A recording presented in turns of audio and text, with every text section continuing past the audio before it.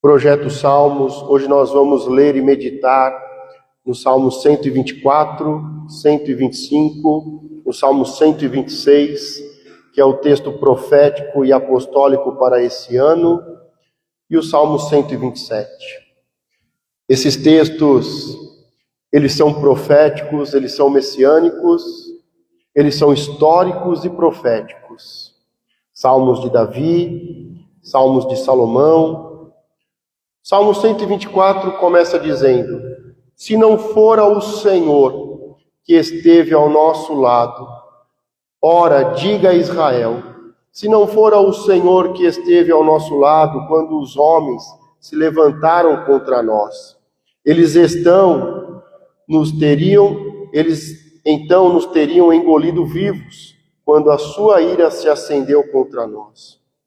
Então as águas teriam transbordado sobre nós e a corrente teria passado sobre a nossa alma.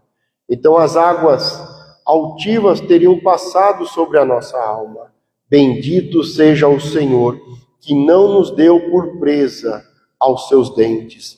A nossa alma escapou como um pássaro do laço do passarinheiro, e o laço quebrou-se e nós escapamos, o nosso socorro está no nome do Senhor, que fez o céu e a terra.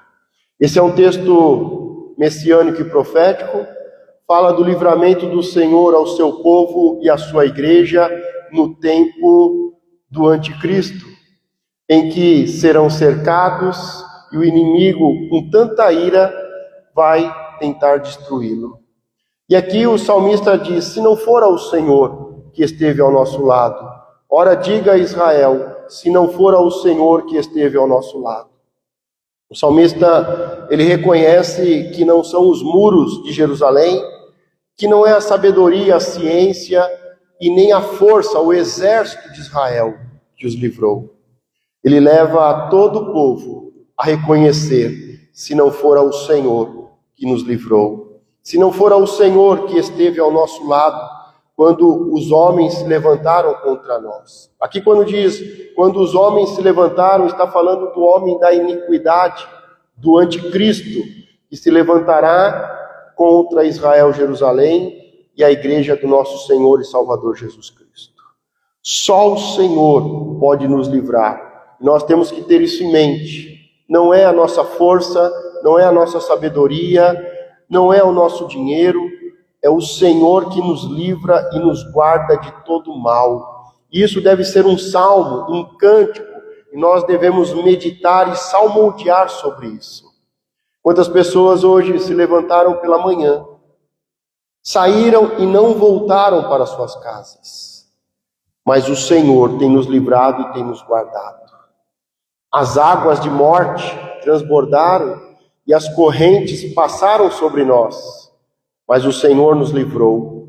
Bendito seja o Senhor, que não nos deu por presa aos seus dentes. Há pessoas iradas, como dizem Provérbios, pessoas que a sua boca, os seus dentes, o seu queixo são como facas para matar. Pessoas que usam a boca para matar. Ao invés da sua boca sair palavra de vida, sai palavra de morte, e o Senhor nos livrou de sermos devorados pelo inimigo. A nossa alma escapou como um pássaro do laço dos passarinheiros. O laço quebrou-se e nos escapamos. O nosso socorro está no nome do Senhor, que fez o céu e a terra. Termina com o currículo do Senhor. Com o nosso Senhor, que é o Todo-Poderoso, Criador dos céus e da terra, que governa sobre tudo e todos, nos céus, na terra e debaixo dela. O nosso socorro está no nome do Senhor, que fez o céu e a terra. Não tem um currículo, não tem obra maior do que a obra do nosso Senhor e Salvador, que criou, que nos abençoou e que nos livra de todo mal. O Salmo 125, os que confiam no Senhor serão como o monte de Sião, que não se abala, mas permanece para sempre. Assim como estão os montes à roda de Jerusalém, assim o Senhor está em volta do seu povo, desde agora e para sempre. Porque o cetro da impiedade não permanecerá sobre a sorte dos justos, porque o justo não para que o justo não estenda as suas mãos para a iniquidade. Faze bem ao Senhor, aos bons e aos que são retos de coração. Quanto àqueles que se desviaram para os seus caminhos tortuosos, leva-los ao Senhor, com os que praticam a maldade. Paz haverá sobre Israel. Na continuação, o Salmo 125 fala de nós confiarmos no Senhor. Os que confiam no Senhor estão seguros. Ele fala sobre o monte de Sião, e nós sabemos que quando se fala de monte na Bíblia, está se falando de autoridade. Os que confiam no Senhor serão como o monte de Sião. A sua autoridade não será abalada, que não se abala, mas permanece para sempre. Ele ainda continua e diz: assim como estão os montes à roda de Jerusalém, assim o Senhor está ao nosso redor. A palavra nos instrui dizendo que o Senhor está ao nosso redor e que o inimigo está ao derredor. E que aqueles que confiam no Senhor não serão abalados e que o Senhor está ao derredor de nós como montes, nos livrando e nos guardando de todo mal.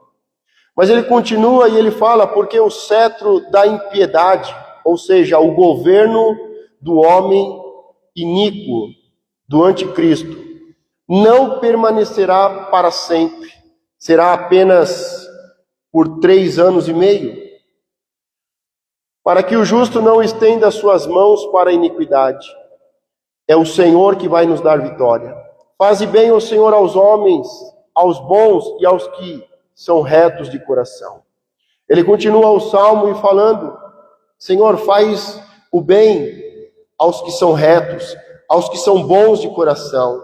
Mas ele também fala daqueles que se desviaram do caminho, que entraram por caminhos errados, tortuosos, que tiraram a mão do arado, que voltaram atrás. Quanto àqueles que se desviaram para os seus caminhos tortuosos, levá-los ao Senhor com os que praticam a maldade. Paz haverá sobre Israel. Ou seja, aqueles, ainda que sejam bons, mas se desviaram dos seus caminhos, que se desviaram e entraram pelos seus caminhos tortuosos, eles serão contados junto com aqueles que praticam o mal. A Bíblia não é uma questão de ser bom ou de ser mal. A Bíblia é uma questão de princípio, de arrependimento. Porque mesmo uma pessoa boa, que não peca, entre aspas, mas quando ela tira a sua mão e ela se desvia para o seu próprio caminho, ele será contado junto com aqueles que praticam a maldade. Quanto àqueles que se desviaram para os seus caminhos tortuosos, levá-los ao Senhor com os que praticam a maldade. Paz haverá sobre Israel. Muitas pessoas hoje dizem: não, eu saí da igreja. Como diz em Hebreus, não faça como aqueles que deixaram a congregação e seguem o seu próprio caminho. E eles dizem: não, eu sirvo a Deus. Eu adoro a Deus do meu jeito, na minha casa. Eu sigo o meu próprio caminho. Não, eu fazia antes, mas eu tirei a mão do arado. Não, porque eu faço melhor assim, porque assim é melhor. Essas pessoas, por mais que elas se digam cristãos, e por mais que elas sejam boas, serão contadas com aqueles que são maus. E o resultado será o mesmo. Mas que haja paz sobre Israel. O Salmo 126, que é o salmo profético e apostólico do nosso ano. Salmo 126, quando o Senhor trouxe do cativeiro os que voltaram a Sião, estavam como os que sonhavam, então a nossa boca se encheu de riso e a nossa língua de cântico, então se dizia entre os gentios: grandes coisas fez o Senhor a estes, grandes coisas fez o Senhor por nós, pelas quais estamos alegres. Traze-nos outra vez, ó Senhor, do cativeiro, como as correntes das águas do sul. Os que semeiam em lágrimas cegarão com alegria. Aquele que leva a preciosa semente andando e chorando voltará sem dúvida com alegria, trazendo consigo os seus molhos. Esse salmo em especial, ele é um salmo histórico, porque fala da história de Israel, mas ele também é profético para a igreja do Senhor. Ele é histórico sobre a primeira aliança, o povo de Israel, e ele também é profético para a igreja verdadeira do Senhor, a igreja de Jesus Cristo. Fala de quando foram levados cativos. Por que eles foram levados cativos? Porque pararam de ouvir a voz do Senhor. O primeiro mandamento que Israel tinha que seguir é: ouça, Israel. Tudo começa com ouvir, e ouvir os mandamentos do Senhor. E todas as vezes, sem exceção, que Israel parou de ouvir e deu as costas para o Senhor e a sua palavra, eles foram atacados, destruídos e levados cativos. A Bíblia ainda instrui, dizendo: se vocês não derem ouvidos à minha palavra, os seus filhos serão destruídos.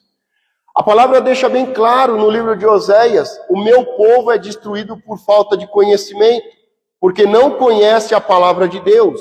E da mesma forma que os pais deram os ombros para a palavra, não ouvem mais a palavra, não dão crédito à palavra do Senhor, da mesma forma que deixaram a palavra, diz que Deus deixará os seus filhos à perdição. Temos que ter como objetivo ouvir e amar os mandamentos de Deus. Tudo de ruim que começa na vida de uma pessoa, de uma família, de um povo, é por não ouvir a voz de Deus. Quando o Senhor trouxe do cativeiro os que voltaram a Sião. Ou seja, o resultado de todo aquele que não ouve, que não para ouvir e meditar, e que não guarda a palavra do Senhor no coração para praticá-la, é uma vida de escravidão. Seja escravo no Egito, na Babilônia, seja escravo dos midianitas, seja escravo de espíritos malignos, de enfermidades, de vícios do pecado. Tudo começa com ouvir, e a fé vem pelo ouvir. E aqui começa o salmo dizendo: quando o Senhor trouxe do cativeiro os que voltaram a Sião. A história de Israel com Neemias, Esdras, Zorobabel, estávamos como os que sonham. Não tem nada melhor do que uma grande libertação. Quantas pessoas até hoje estão presas ao pecado, ao passado, estão presas ao vício, e são escravas do mundo. Nada alegra mais o coração de Deus e do homem do que uma grande libertação.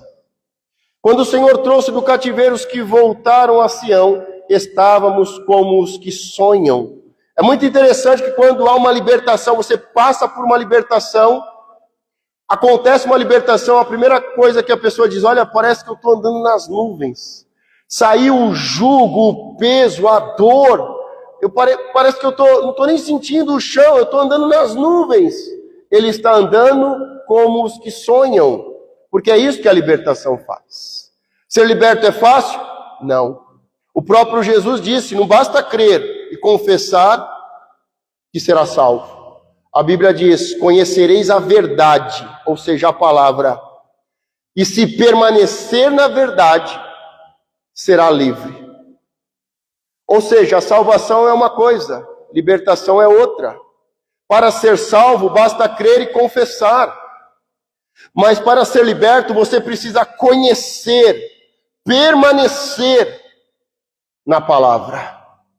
E você ser liberto não é fácil, e muitas vezes é um processo dolorido. Porque você vai ter que ouvir. E o que você vai ouvir não é fácil, não é gostoso, vai mexer no passado, vai tocar em feridas, em coisas que a gente não quer falar, em coisas que a gente não quer ouvir, mas você tem que ouvir a verdade, e permanecer na verdade, continuar na verdade, porque só se estiver na verdade, conhecer a verdade, permanecer na verdade, verdadeiramente será livre. Por que tantas famílias não rompem na área sentimental? Todo casamento é destruído porque não quer permanecer nessa verdade. Porque muitas pessoas são escravas e não conseguem romper financeiramente, porque não gostam de ouvir sobre prosperidade.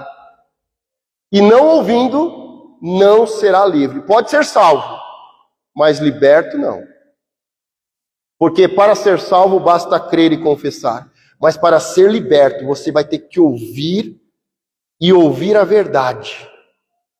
E muitas vezes a verdade vai doer. E você vai ter que permanecer nessa verdade, que muitas vezes dói até acontecer a libertação.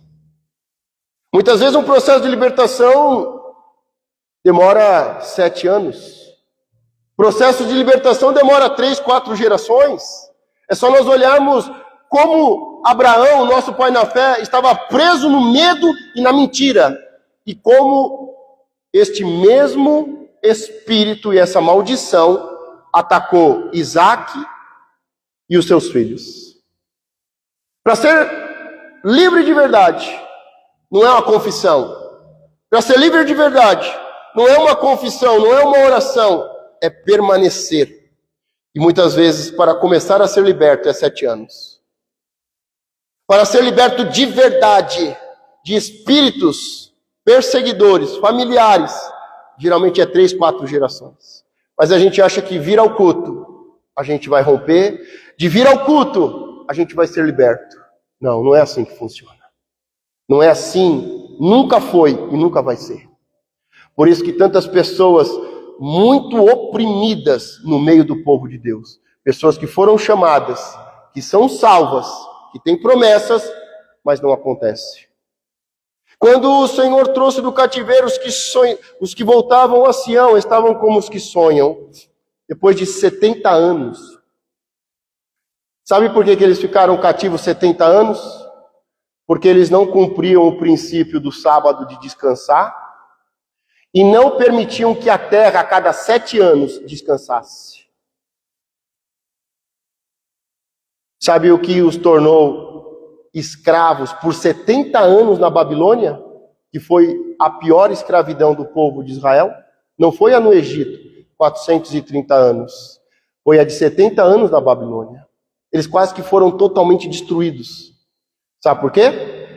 Porque eles criam no Senhor, mas eles não confiavam no Senhor. Eles trabalhavam e não deixavam a terra trabalhar. Ou seja, o trabalho fez com que eles se tornassem escravos 70 anos. Engraçado que quando eles estavam no Egito, eles tentaram uma libertação, o faraó diz, para que eles parem de pensar no seu Deus e ir no deserto sacrificar mais trabalho para não ser liberto. O trabalho é a primeira artimanha do inimigo para que uma pessoa não seja liberta. Não posso, pastor.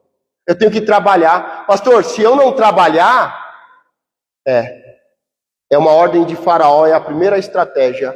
Te dá trabalho, mais trabalho, hora extra, porque o trabalho vai fazer com que você não seja liberto. E o trabalho demais em uma terra abençoada, que emana leite e mel, que você não para descansar e meditar na palavra, e que você não dá descanso à terra, é sinal de que você não confia no Senhor, e por causa que eles não guardavam mais o sábado, e não deixavam a terra descansar a cada 7 anos, o Senhor disse, eu vou entregar vocês 70 anos como escravos. O trabalho pode ser uma bênção ou uma maldição. É muito interessante que quando está próximo de acontecer a Segunda Guerra Mundial, Hitler começa a perseguir os povos, em especial o judeu. E quando estoura a guerra, começa o holocausto, o extermínio. Só que tem uma frase que marca, porque aí os judeus eles vão entrar nos trens e eles vão ser levados aos campos. E lá está uma frase muito bonita: o trabalho liberta. E eles olhavam para aquilo e falavam, é lá. A frase de efeito que atraía o coração de todo judeu para entrar em um trem, e mal sabia ele que ele estava sendo levado para a morte, tinha uma frase bonita: o trabalho liberta. O trabalho nunca libertou ninguém. O trabalho nunca tornou alguém rico. Quem liberta é o Senhor. Mas infelizmente, ainda hoje, o trabalho é uma das principais armas do inimigo para destruir o povo de Deus. Ah, pastor, você é contra o trabalho? É claro que não, né? Claro que não. Só que um povo que é de Deus, que crê e não confia, que não tem um tempo para orar e meditar, que não sabe descansar, que não sabe desligar, desconectar, que não sabe passear, que não sabe viajar, que não consegue reunir a família em volta de uma mesa e dar glória a Deus, vai se tornar escravo, e o trabalho vai ser a ferramenta para te escravizar. Quando o Senhor trouxe do cativeiro os que voltavam a Sião, estavam como os que sonham, então a nossa boca se encheu de riso e a nossa língua de cântico, então se dizia entre os gentios: grandes coisas fez o Senhor a estes. Nós já vimos que há momentos que eles estavam na Babilônia e eles diziam: canta para nós, as músicas são tão bonitas. E eles diziam: como que nós vamos cantar se nós somos escravos? Diz que eles penduraram os instrumentos, não cantava, não tocava, porque eles estavam como cativos, estavam como escravos da Babilônia, mas os babilônios diziam: a música de vocês é tão bonita, é tão bom ouvir a sua música, me faz me sentir tão bem. Mas eles diziam: como é que eu vou cantar se eu estou triste? Como é que eu vou cantar se eu sou escravo? Como é que eu vou cantar? Não, eu prefiro pendurar o instrumento. Mas agora eles voltam cantando. Porque um sinal de libertação é cantar e adorar o Senhor. Eu sei, estamos cantando e adorando, só de olhar para a igreja eu já sei quem tá acompanhado, para não dizer possuído. A pessoa está lá, passa o culto inteiro. Olha para um lado, olha para o outro, vai para o banheiro e volta. Só de olhar o momento do início da reunião, só de olhar já dá para saber quem está acompanhado aí. Alguns estão acompanhados até de 7. Porque uma pessoa que não abre a sua boca, não adora, não entra em intimidade com o Senhor no momento do louvor, da adoração, pode ter certeza que é escravo de algo. Então a nossa boca se encheu de riso e a nossa língua de cântico, então se dizia entre os gentios. Olha o que os outros diziam sobre eles: grandes coisas fez o Senhor a estes. O Senhor usa a nossa libertação para evangelizar os outros povos. Grandes coisas fez o Senhor por nós, pelas quais estamos alegres. Faze-nos outra vez, ó Senhor, traze-nos outra vez, ó Senhor, do cativeiro, como as correntes das águas do sul. Os que semeiam em lágrimas ceifarão com alegria, para que haja colheita.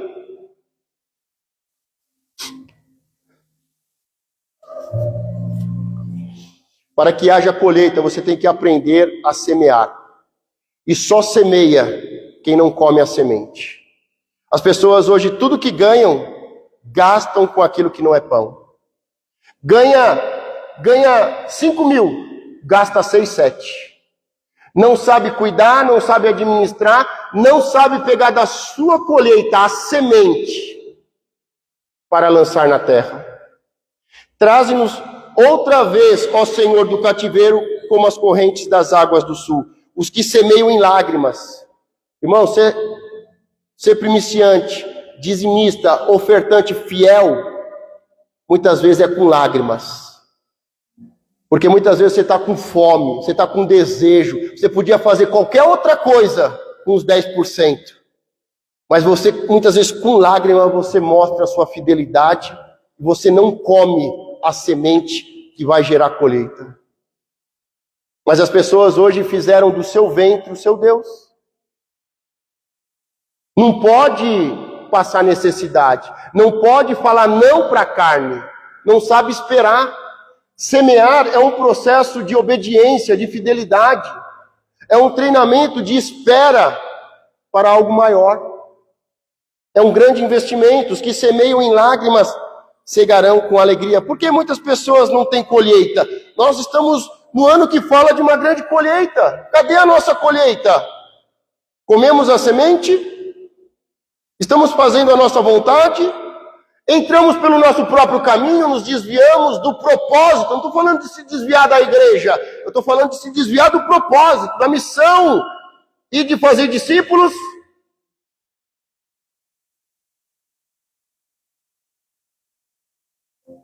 Pessoas estão preocupadas que música vão cantar no domingo. Eu vejo poucas pessoas. Quantos nós vamos levar para batizar? Os que semeiam em lágrimas cegarão com alegria. Aquele que leva a preciosa semente, a primícia, o dízimo, andando e chorando, voltará sem dúvida, com alegria, trazendo consigo os seus molhos. É o ano da colheita. Nós estamos no ano, e esse ano fala sobre alegria, fala sobre colheita. Grandes coisas fez o Senhor por nós, pelas quais estamos alegres. Quais são as grandes coisas que o Senhor tem feito? Salmo 127. Se o Senhor não edificar a casa, em vão trabalham os que edificam. Se o Senhor não guarda a cidade, em vão vigia a sentinela. Inútil vos será levantar de madrugada, repousar tarde, comer o pão de dores, assim dá ele aos seus amados o sono. Eis que os filhos são herança do Senhor, e o fruto do ventre o seu galardão. Como flechas na mão de um homem poderoso, assim são os filhos da mocidade. Bem-aventurado o homem que se enche deles, a sua aljava. Não serão confundidos, mas falarão com os seus inimigos à porta. Olha que é uma continuação. Colheita para edificar uma casa, para vigiar. Esse Salmo 127, ele fala da mulher virtuosa que edifica uma casa, do homem protetor e provedor que vigia a sua casa. Ele fala dos governantes que cuidam da cidade. Se o Senhor não edificar a casa, a mulher tem que ser virtuosa. Mas a mulher virtuosa sabe que ela trabalha, e a função da mulher virtuosa é edificar a casa. É unção profética e apostólica. Mas ela sabe, se o Senhor não edificar a casa, ela pode fazer tudo em casa, mas se não for ao Senhor. Em vão trabalhos que edificam, se o Senhor não guardar a cidade. Os homens que saem para trabalhar, se Deus não abençoar e não prosperar, em vão vigia a sentinela. Inútil vos será levantar de madrugada. Quanta gente trabalhando demais. Trabalha e não consegue ver o resultado.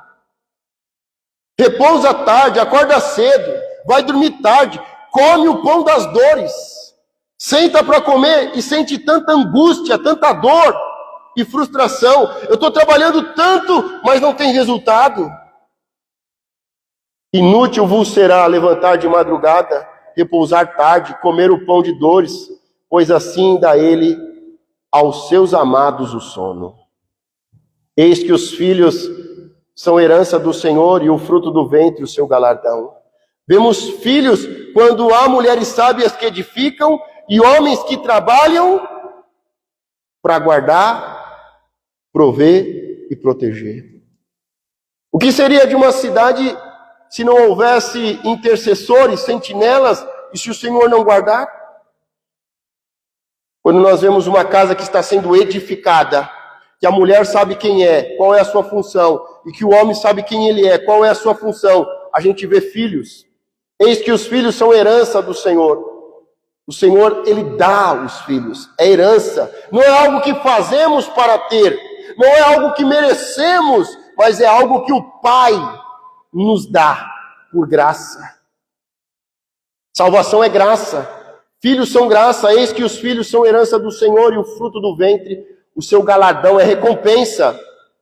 Como flechas na mão de um homem poderoso, assim são os filhos da mocidade. Um homem valente, ele vai ter filhos, e os filhos são como uma flecha. que vai dar vitória, que vai fazer avançar e conquistar novos territórios. Bem-aventurado o homem que enche deles a sua aljava. Passamos por fases, né? Geração anterior, 6, 7 filhos. Depois vem a geração 2, 3 filhos, 1 filho. Depois veio a geração pai de pet. Agora nós estamos vendo a geração bebê reborn. Porque não entendem a bênção do Senhor. Primeira coisa que você tem que ser quando você tem um filho de verdade é você não comer mais a semente preciosa. Todo pai e toda mãe virtuosa e guerreiro vai edificar e vai trabalhar para que os filhos possam ir além. Bem-aventurado o homem que enche deles a sua aljava. Não serão confundidos, mas falarão com os seus inimigos à porta. Quanta confusão dentro da igreja do Senhor. Mas a palavra continua sendo a mesma. As portas do inferno não prevalecerão. Quantas pessoas caíram em ideias erradas, ideologias. Quantas pessoas estão seguindo doutrinas e religiosidade, mas não serão confundidos e falarão à porta dos seus inimigos, vão avançar. Se coloque de pé. Nós estamos em uma semana especial, estamos nos preparando para a virada do calendário espiritual, estamos em oração, em jejum, estamos nos preparando para subirmos a nossa Jerusalém, a nossa igreja sede, e é um momento de oração, é um momento de clamor, é um momento de afligir a alma, é um momento de se alinhar com o propósito do Senhor. Feche os seus olhos, coloque a mão sobre o seu coração. Não permita que a palavra que foi lançada sobre o seu coração não seja um coração duro, cheio de pedra, um coração cheio de espinhos e abrolhos,